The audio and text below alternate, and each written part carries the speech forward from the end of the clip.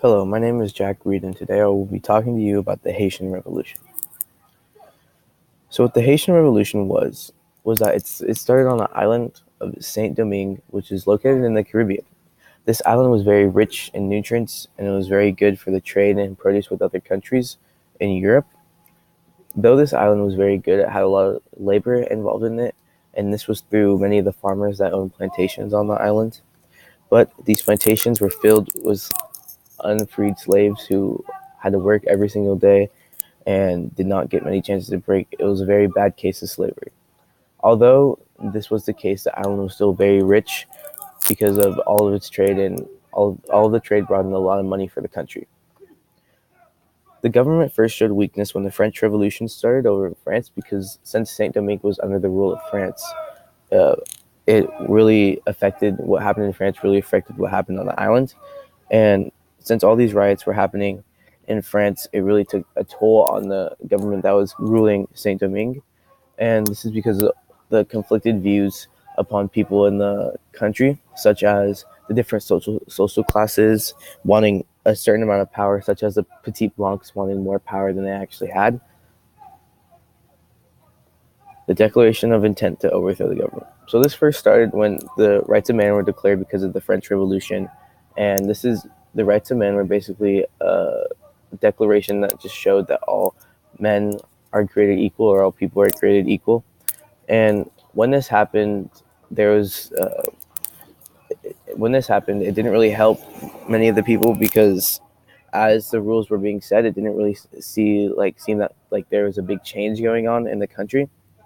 So what happened was there was a spark to start this revolution, especially from the slaves. So the slaves had to constantly work on harsh day-to-day basis in very terrible conditions. So a man by the name of Louverture Toussaint decided to take control of this and create his own army. And this he gathered a bunch of slaves that were working on plantations to try and fight against try to fight against the government. And this really created a good spark in a lot of the slaves, especially because of how they really wanted equal rights. So they really wanted to change this and try to take down the government. The fall of the incumbent government institution of a provisional one. So at first, Toussaint was really against the emancipation. He was for the emancipation of slavery. So when other countries decided to barge in on the island because of its good nutrients, he decided to side with Spain because of how Spain was against them. Spain was for the emancipation of slaves. But once France declared again that slavery was going to end, he decided to switch back sides to France so that he could fight for them because of how they supposedly ended slavery. But this really wasn't the case. And so then the provisional government starts to take control.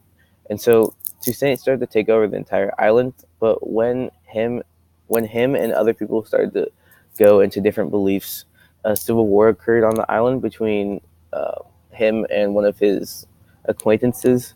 But after 13 months, Toussaint won the war, and it was back to normal again until Napoleon came. And when Napoleon came, there was a very big war.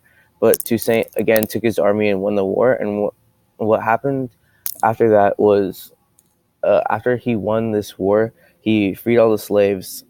But when he freed all the slaves, another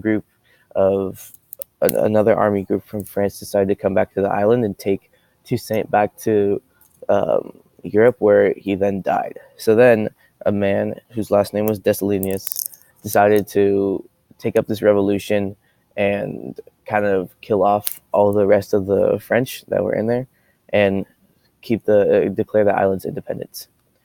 So after Toussaint dies, of course, Dessalines becomes emperor because of what he did for the island, and the construction of the island begins to be a lot better. And also, the Haitian independence was recognized by the U.S. and France by France in 1825 and by the U.S. in 1862, and this kind of created it to be its own independent nation called Haiti. Thank you.